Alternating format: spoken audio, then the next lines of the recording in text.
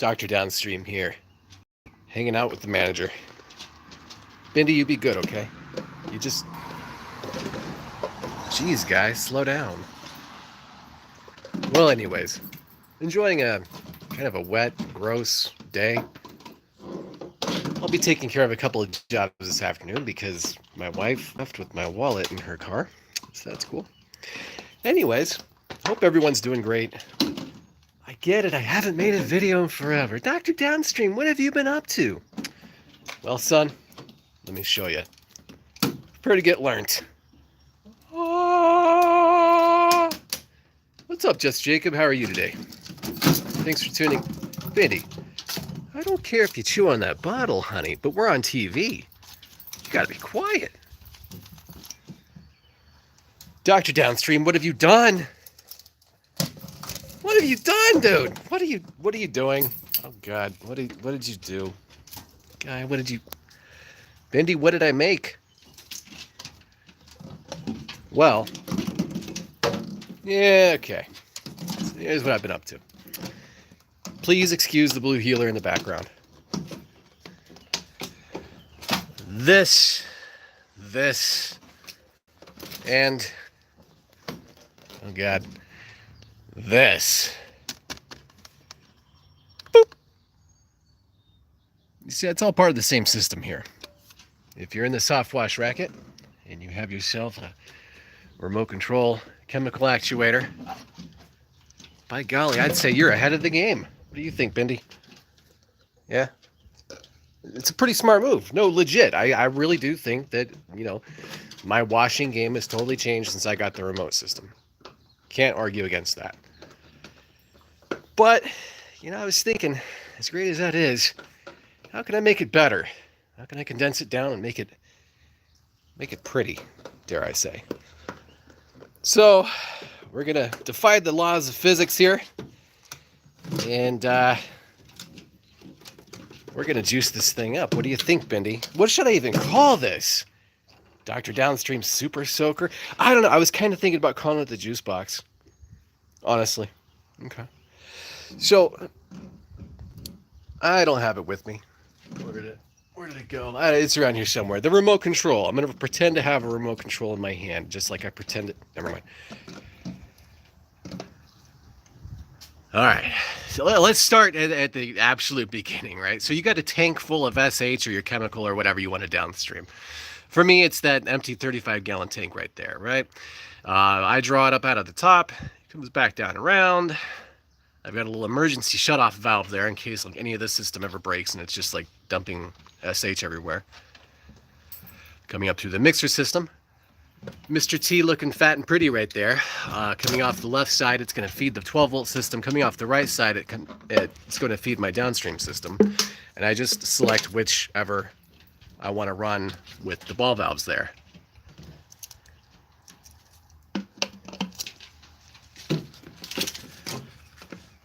By the time it hits the downstream side, I'm running 3/8 line through a remote control valve down to, right now I'm trying out the general pump. It's supposed to be a 22% draw chemical injector. I've been experimenting with the check valves and how to get more out of my downstream system. So far, I really like this injector and it uses a ridiculous amount of chemical. So just for the 40 bucks it costs you to upgrade to that, get it. If you're ever finding yourself running through too much SH, you just dial back the SH. You just open up a little water. It's beautiful, right? Well, what happens if you want to give it more SH and you really want to just hose the place down and dose it? I'm talking nuke the grounds, you know, nuke the whole place from orbit, so to speak. That's what I'm hoping to do with this. Bindi, Ipes, come on, chill out. Hey, we're on TV. We got to be respectful of the audience, right? So Dr. Downstream, get back to the point. Okay. What this is going to do, very simply, instead of just coming off of this outlet from Mr. T there, it's going to run into the bottom of this box. Bindi, explain this to the audience. Your chemical inlet, first off, you're going to want to hook this up, right, to some power. So you got your 12-volt hookup right there, Bendy. Chemical inlet right there, right? Also, while we're touring the outside of the box, that's going to be your antenna hookup for the remote system. Coming into the box, Bendy, honey, I love you, but you gotta move. Give me some personal space, Velcro dog. We're gonna help the audience visualize what's happening. What do you think? We're losing viewers. We just lost 2 people, Bendy. You're not doing the trick anymore. Okay. Chemical comes up into a 3-way. You've got this took me forever actually to find a actual chemically resistant 2-way valve right there. So your chemical can come up and go either one of 2 ways, right? Depending on how you have your system set up. So right here, this first button is going to arm the remote control system, right? So when this is hooked up, you're going to have a red light that shows that it's going to power on the remote control. And you can run this box in one of 2 modes. You can just downstream your normal amount of chemical. So what that would look like on here is the valve would be in that position right there. Your soap is going to flow up here, over to here, up here, through your remote control valve, and then back down the bottom and out to your downstream injector, right? In this setup, you're just running your normal amount of house mix, whatever your chemical injector is going to draw. I've tested it out. Chemical injectors, they create a tremendous amount of vacuum, right? A chemical injector is going to have absolutely no problem drawing soap up through this little system. A couple of 90-degree angles, big deal. Really, it's just not going to care. The Venturi effect on these machines is so strong. It creates such a vacuum. I'm using all 3/8 line here. It's not going to have a flow issue. Okay? I think. Mode 2 for the box. This is where it gets interesting. So again, we got our power supply right there. This pump is going to be on a relay.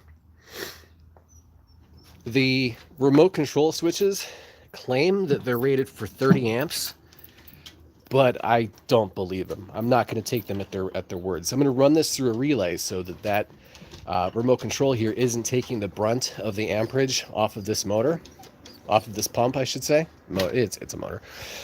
What I've got here is a 3 gallon a minute on-demand pump. And so when you move your switch to that position, and then you arm the pump, you're going to have an on-demand chemical injection of, I don't know. What I'm trying to figure out, and the physics on this, I can't really figure out until I just do this. I've been trying to research, flow rates and trying to figure out like the physics, like the math of the system without actually building it first just to see if it works, right? I'm just not smart enough. My doctorate is not helping me out here. I think it's going to be fine. So what's happening is that on the chemical injector side, you're creating a vacuum, right? You're feeding a vacuum with the pump. The end result should be pretty good.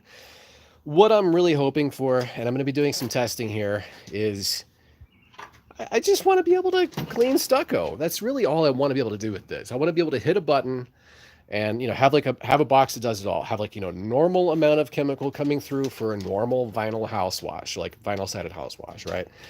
When I encounter a stucco helm or something that's just, you okay, dog? Something a little bit more stubborn, I just want to be able to hit a button and go to town. I think this will let me do it. So follow along on the video, on the channel. I'm sorry I've probably gone long. Thanks to everybody in the live chat that said hi and stuff. What do you think? Do you think this is going to work, or do you think I've just completely wasted my time here? Let me know in the comments down below. What do you guys say? Am I defying the laws of physics here? And what kind of a percentage do you think I'm going to get? I don't know. That's the real question in my mind is what is my flow rate going to be? Feeding that vacuum with positive pressure. So stay tuned. This is almost finished. All I have to do is just hook up some wires, and I need 2 more hose clamps, or otherwise I think I would have just finished this morning. But I put this in the back of the bench this morning. I'm gonna get this thing finished and have it hooked up and do some draw testing, you know, do some real world testing, and I'll do it for you guys, my audience, because I love you guys. You know, the comments, the love that you guys show me. You guys, you're my friends. You're not like the others. So thanks for watching. I hope you guys enjoyed this video. I hope it gave you something to think about. If you have a question or a comment, leave it below, and I'll try to get to you. Thanks again, and I'll see you in the next video.